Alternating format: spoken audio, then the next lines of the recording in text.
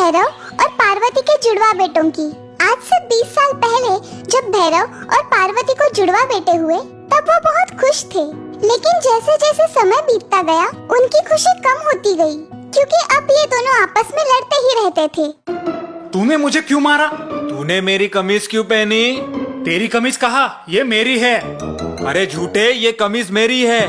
मैंने कहा ना ये मेरी है। इन दोनों का झगड़ा इतना बढ़ जाता था कि दोनों हाथापाई करने लगते थे और बेचारे भैरव और पार्वती इन्हें छुड़ाने में लग जाते थे।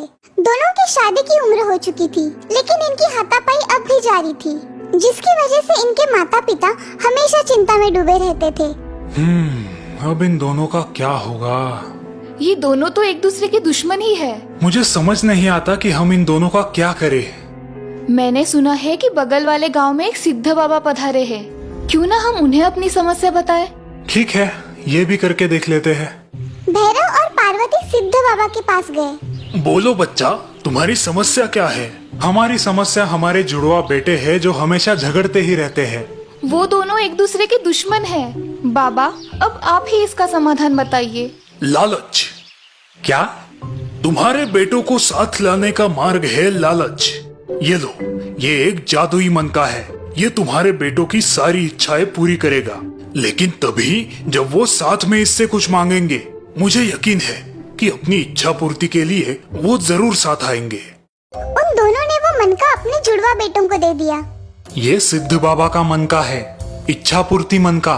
लेकिन इस मनके से इच्छा पूर्ति करने की एक शर्त है। तुम दोनों को जो भी चीज मांगनी होगी वो एक साथ ही मांगनी होगी। मनका पाकर दोनों भाई बहुत खुश थे। पहले एक मोटरसाइकिल मांगते हैं। नहीं, बहुत सारी बकरियां मांगते हैं। मैंने कहा ना मोटरसाइकिल। नहीं, बकरियां। दोनों वापस अपनी अपनी इच्छाओं को लेकर झगड़ने लगे। जल्द ही उन दोनों का झगड़ा हाथापाई में बदल गया। मनका खींचने के चक्कर में वो मनका जमीन पर गिर गया और टूट गया। अरे रे बेवकूफो, ये क्या कर दिया तुमने? तो सिद्ध बाबा के मनके को ही तोड़ दिया। तुम लोग कभी नहीं सुधरोगे। पार्वती और भैरव निराश हो गए। कुछ दिनों बाद पार्वती और भैरव फिर एक बार दोनों भाइयों के झगड़े का समाधान सोचने लगे। मैं क्या कहती हूँ, हमें इन दोनों की शादी करवा देनी चाहिए। मैं भी यही सोच रहा था, लेकिन अगर इनकी पत्नियां इनकी तरह ही निकली तो सोचो क्या होगा। नहीं नहीं, ऐसा कुछ नहीं होगा। मेरी मौसी ने तो बहनों का रिश्ता लाया है। वो दोनों बड़ी ही समझदार है। सिर्फ एक ही समस्या है, वो लोग ज्यादा अमीर नहीं है। मुझे अमीर बहुएं नहीं बल्कि समझदार बहुएं चाहिए। ठीक है, फिर मैं बात चलाती हूँ।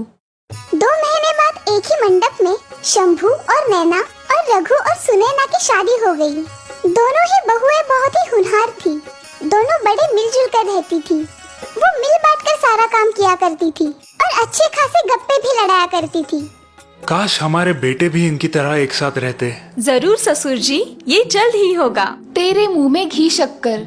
लेकिन हम सबको एक नाटक करना होगा। कैसा नाटक? आज से हम दोनों एक दूसरे से झगड़ा करेंगे और तब जाकर उन्हें समझ में आएगा कि वो लोग क्या कर रहे हैं। फिर दोनों बहुओं ने झूठ मूठ का नाटक शुरू कर दिया। वो दोनों सुबह शाम झगड़ती रहती थी। आज तो उस सुनैना की अच्छी खबर लूंगी। क्यों, अब क्या हुआ? आज सुबह उसने मेरे लिए चाय ही नहीं बनाई। तो तुम बना लो। मैं क्यों बनाऊं? वही बनाएगी। मैं तो उस नैना के बाल ही नोच लूंगी। क्यों? उसने मेरी नई साड़ी ठीक से धोई नहीं। जाने दो, तुम धो लो। नहीं। और वो दोनों फिर से झगड़ने लगी। रोज रोज अपनी बीवियों का क्लेश सुनकर शंभू और रघु तंग आ चुके थे। बस करो, रुक जाओ दोनों। जब देखो कुत्ते बिल्लियों की तरह लड़ती रहती हो। अगर आज के बाद तुम दोनों लड़ी तो हमसे बुरा कोई नहीं होगा। भैरव तालियां बजाने लगा। ये तुम लोग बोल रहे हो जो जीवन भर एक दूसरे के खून के प्यासे थे। इन दोनों ने ये सब तुमसे ही सीखा है। सीख उसको देनी चाहिए जो खुद सही हो।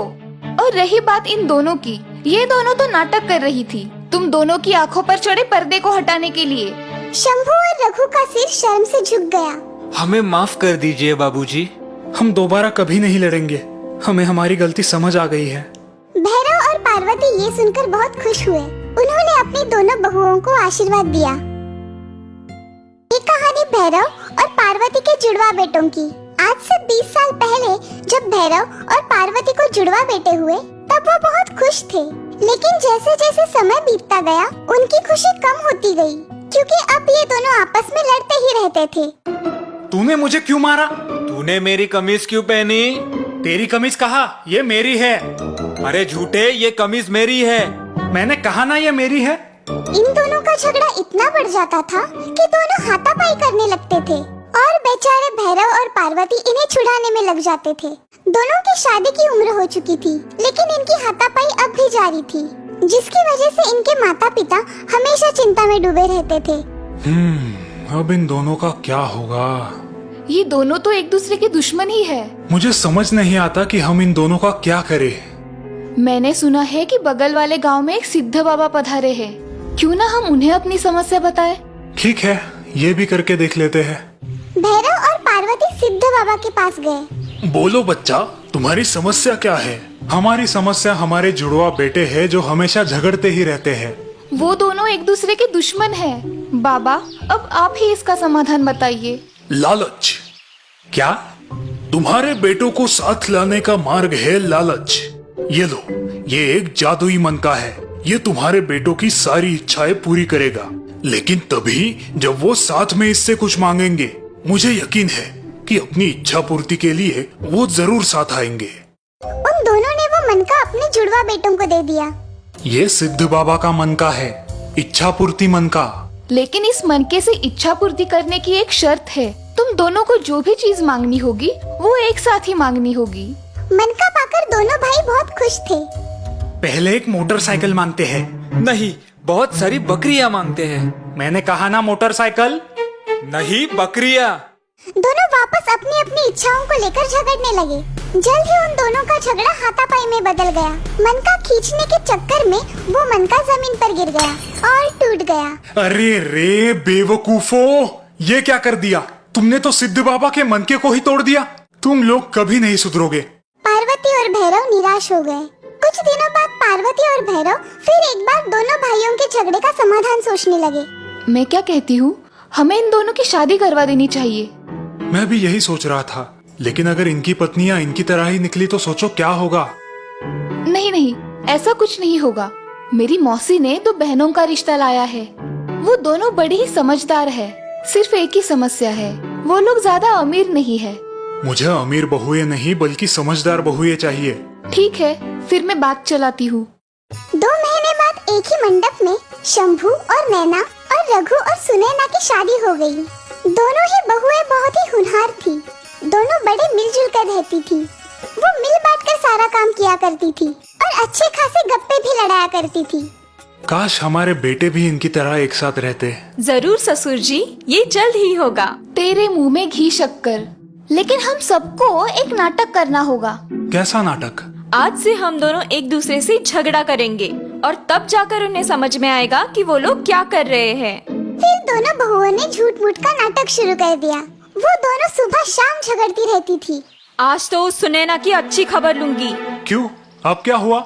आज सुबह उसने मेरे लिए चाय ही नहीं बनाई। तो तुम बना लो। मैं क्यों बनाऊं? वही बनाएगी। मैं तो उस नैना के बाल ही नोच लूंगी। क्यों? उसने मेरी नई साड़ी ठीक से धोई नहीं। जाने दो, तुम धो लो। नहीं। और वो दोनों फिर से झगड़ने लगी। रोज रोज अपनी बीवियों का क्लेश सुनकर शंभू और रघु तंग आ चुके थे। बस करो, रुक जाओ दोनों। जब देखो कुत्ते बिल्लियों की तरह लड़ती रहती हो। अगर आज के बाद तुम दोनों लड़ी तो हमसे बुरा कोई नहीं होगा। भैरव तालियां बजाने लगा। ये तुम लोग बोल रहे हो जो जीवन भर एक दूसरे के खून के प्यासे थे? इन दोनों ने ये सब तुमसे ही सीखा है। सीख उसको देनी चाहिए जो खुद सही हो। और रही बात इन दोनों की, ये दोनों तो नाटक कर रही थी तुम दोनों की आंखों पर चढ़े पर्दे को हटाने के लिए। शंभू और रघु का सिर शर्म से झुक गया। हमें माफ कर दीजिए बाबूजी। हम दोबारा कभी नहीं लड़ेंगे। हमें हमारी गलती समझ आ गई है। भैरव और पार्वती ये सुनकर बहुत खुश हुए। उन्होंने अपनी दोनों बहुओं को आशीर्वाद दिया।